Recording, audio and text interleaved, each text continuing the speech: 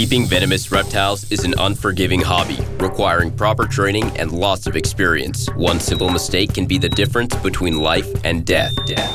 Remember, the most venomous snake in the world is the one that just bit you. There are no venomous snakes with training wheels. Just because you see viperkeeper handle snakes a certain way does not mean you should try it too. Hey, viperkeeper here.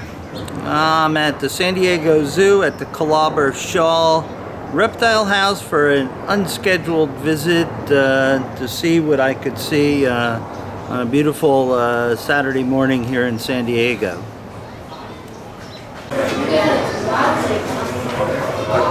A snake! Oh yeah, did you see the snake? Yeah, nice Bothriechis lateralis, striped palm viper.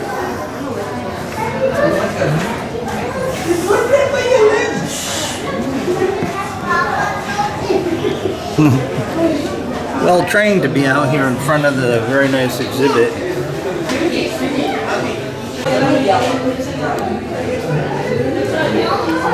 Here's a fantastic specimen of a red coach whip, which I used to catch on my property in Tucson. Will bite the snot out of you in the process, but really fantastic snakes.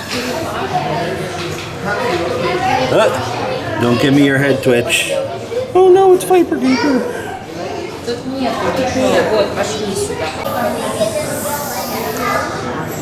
Bothriechis rowleyi.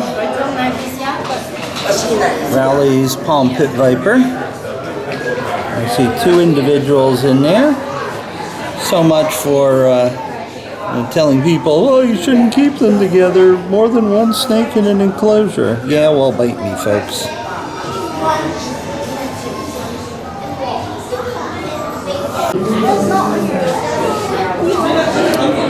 A Chinese crocodile lizard, Shinosaurus crocodilius.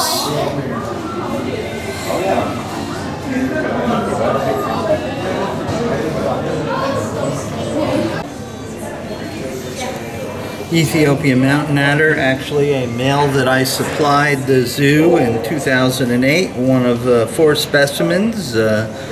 This year they actually got them finally to produce babies. I don't know how many babies, but they did. This is a large male.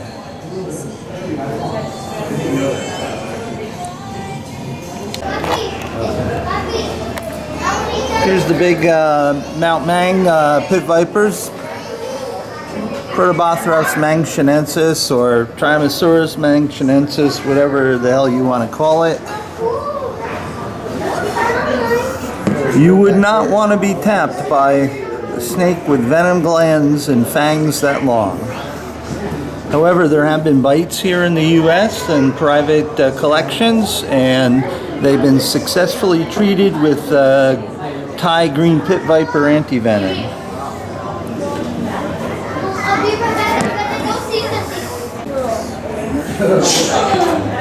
Protobothrops gerardoni xanthomelis, even though they're only calling it gerardoni here at the exhibit, but that's what they are, Chinese red spot pit vipers.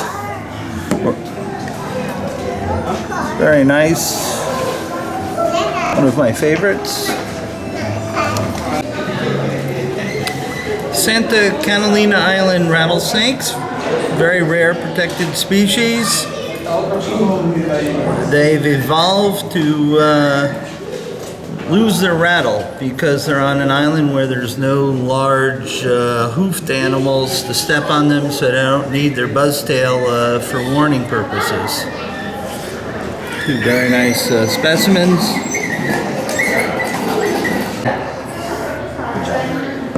Blue spotted tree monitor, which I apparently am annoying. Hello, bud. How you doing? Friend of mine got bit by one of these that jumped on at the South Carolina show several years back and had quite the swollen hand from its venom. Remember, wolveranids are venomous.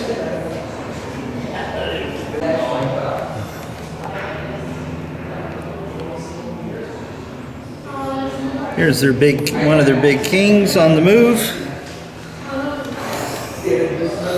I want to see the head back there. Hello, how you doing? I don't know if His Majesty will grace us with an actual appearance up front. I just missed him as I was going from exhibit to exhibit.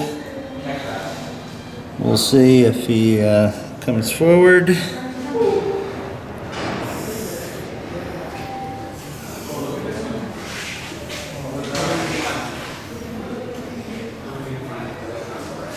Probably he was up front and he's decided that I will hide from the people. Yeah, there's a big flat ringcall. Just laying there like a big venomous slug.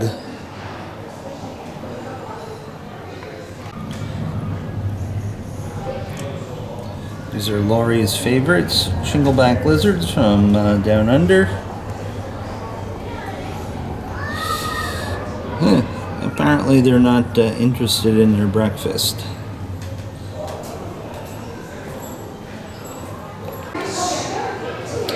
I don't know if you can see it, but that's a very large Barron's racer.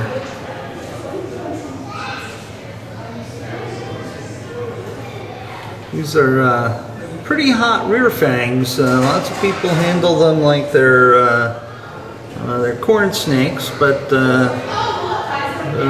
not a lot is known by the venom. And remember, any rear fang snake has the potential for a severe bite. If you get bitten and you don't have a severe bite, it just means that you're lucky that they have a very poor delivery system. But in their venom are many of the same proteins and enzymes that you would find in boomslang venom or any of the cobras or any of the venomous snakes around the world. This is another animal that I supplied to the zoo, a ringed water cobra. I think I supplied a pair. I should probably never ever sold them to the zoo and kept them for breeding purposes, but I did at the time. These are very difficult to come by now. Crotalus unicolor, only endemic to the Aruba Island, also known as the Aruba Island rattlesnake. They're banned from private keepers here in the U.S. Why? Because U.S. Fish and Wildlife says so. They're very common in Europe, and you can probably get away with importing them from offspring from Europe. But the ridiculous fish and wildlife laws here in the United States prevent hobbyists from keeping these. Well, here's a West African green mamba sticking his head out of the trap box to say good morning to everybody. As you can hear, there's lots of kids in the area, and there's another large specimen there in the branches. Really hard to tell sexes on mambas, but can be done. If I had to guess, this would be a male. Hey dude, how you doing? This is one of my issues with large zoos that, you know, really play it safe. They play it over safe. They use lots of trap boxes and things like that to secure the animals while the exhibit's being cleaned, but you can't always count on the animal will be in its trap box when you want to get in the cage. Also, if there's a failure of the trap box system and a snake gets out, you have a bunch of keepers who don't have their abilities and technique with hooks and other devices honed to fine perfection, like I demonstrated with that large black mamba. In order to stay current, you need to be working these animals constantly despite the danger.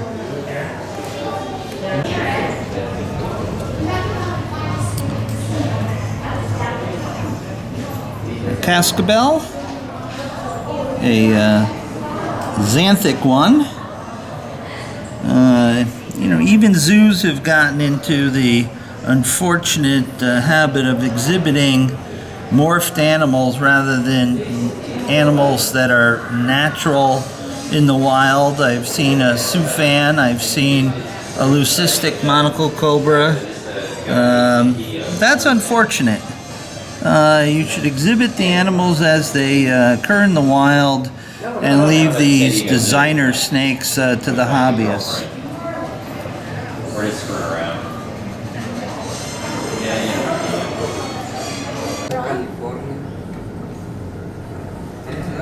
There's a very nice horned lizard, which used to be very widespread in California, but has suffered from habitat destruction and such. These are specialized feeders. They feed mostly on termites and other types of ants and formicidae. You know, people tried to keep them in the pet hobby, but they just really don't do well unless you're able to procure special food sources from them. A lot of zoos will propagate prey species for these animals, like my friends at the Phoenix Zoo. They have a number of termite colonies that they keep going, so the horned lizards can feed properly. These two are foreign. Here's a nice display of food aggression between the Galapagos tortoises. Oh, he's biting them. Oh, look at that.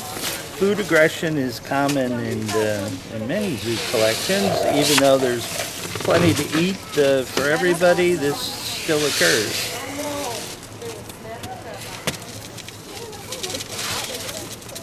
Look at his head, look at her head.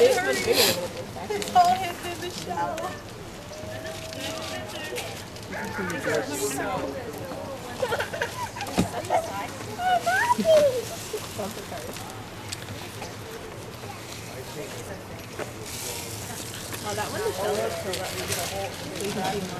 Yeah, I think that's an Aldabra tortoise.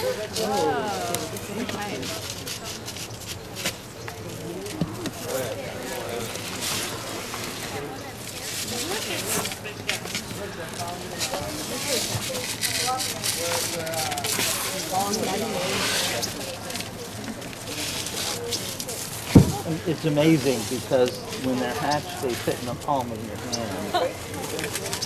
These are very old animals. Absolutely. Actually, under native Galapagos, this is the first time in 100 years that they found a hatchling baby. So they're starting to reproduce again. So if man leaves them alone, they'll repopulate the island. The problem is, you know, man brings feral animals which destroy the habitat as well as introduces diseases and other things. Yeah. Are you guys still going at it, huh?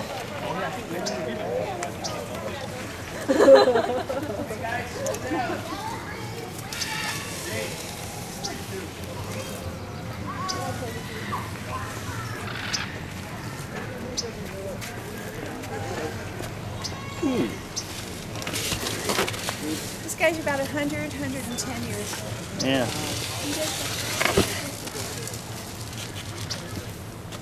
Do they ever have to be separated because of the aggression issue? We separated them this week. These are all the males here. The females are over there. They're fertile their entire lives, so we're giving the girls a break for a while.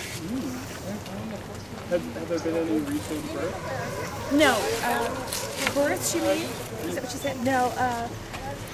They mate constantly. Females can hold sperm 2 to 5 years and it's still viable, so we never know when they're going to die. Oh, wow.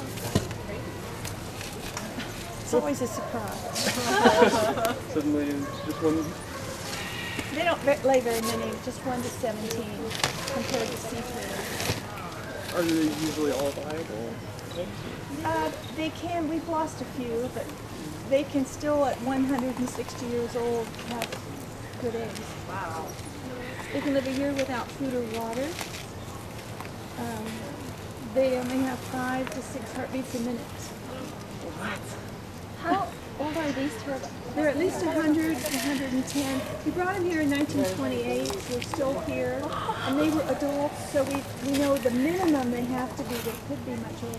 Oh my gosh. Our oldest one is a little female, the smallest female over on your left. And she is at least 130. Is there a way to date them for their age, like in terms of their shells or anything? Is there a way to date them, like get an accurate sense of their age?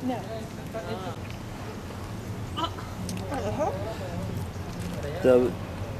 The alpha male raises his head higher than the rest. That's the sign that he's the alpha male of the group, the dominant guy. And you can see this guy is And sometimes they bite their noses though. will be a bit submissive. The docent here said that They these don't have guys teeth. were used sketches to create E.T.'s head and They don't have face. teeth in. Makes perfect sense. This guy over here doesn't care. He's just going to eat his way through the day. The docent also mentioned that these are all the males. All the females are over there to give them a break. Oh, okay, so now it's get in your face time, huh? There we go. Oh, nice chomp to the neck skin.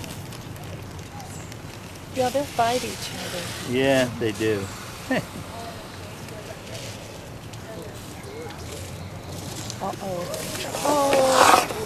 Yeah, that hurts. I don't care how big you are, that hurts. But their thick leathery skin holds up to it. If that was our hand or fingers, we would be on our way to the nearest hospital to have it put back together.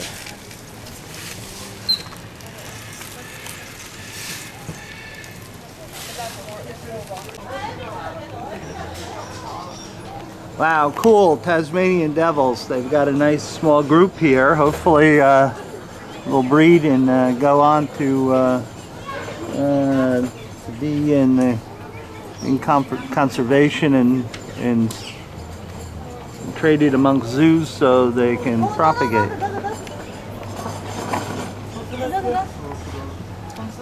Now, as some of you know, Tasmanian devils are critically endangered because they have a virus which causes a lymphoma around their face and neck, and it invades their windpipe, and eventually they die from it. But conservationists in Australia and Tasmania produced a vaccine, and hopefully they'll be able to eliminate the virus from the wild population, and they'll survive. And there he goes, or she goes.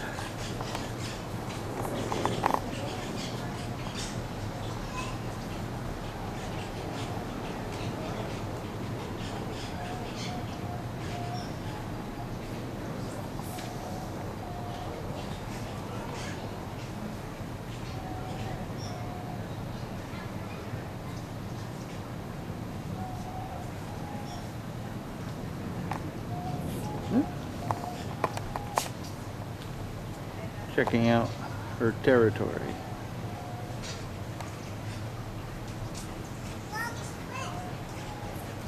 1,200 pounds per square inch bite from these guys, which would easily crush the bones of your hand or any other part that you care to get close enough.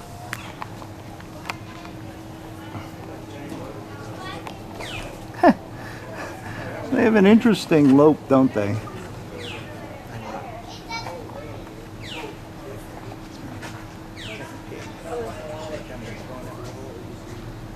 Giant mouse.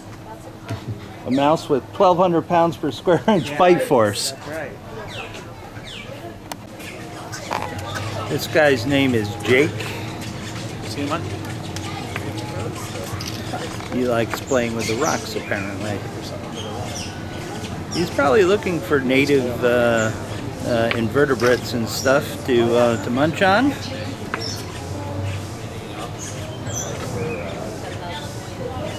Yeah, or like for gift card and card. There, that was yummy, huh?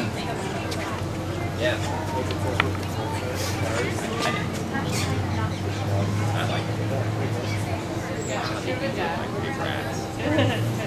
And they're kind of clumsy how they run. They got kind of a face like a bear. He's right behind there. Oh, now I see. Oh, wait. And a bite like one, too. I don't. You think? Oh, they put food up there. You think they 1200 psi bite. Crush your hand or any other part you wanted to put in there. Wow. Doesn't look very fast though. They are actually. Surprisingly fast, I'm sure. Yeah, you wouldn't want to encounter one in the wild.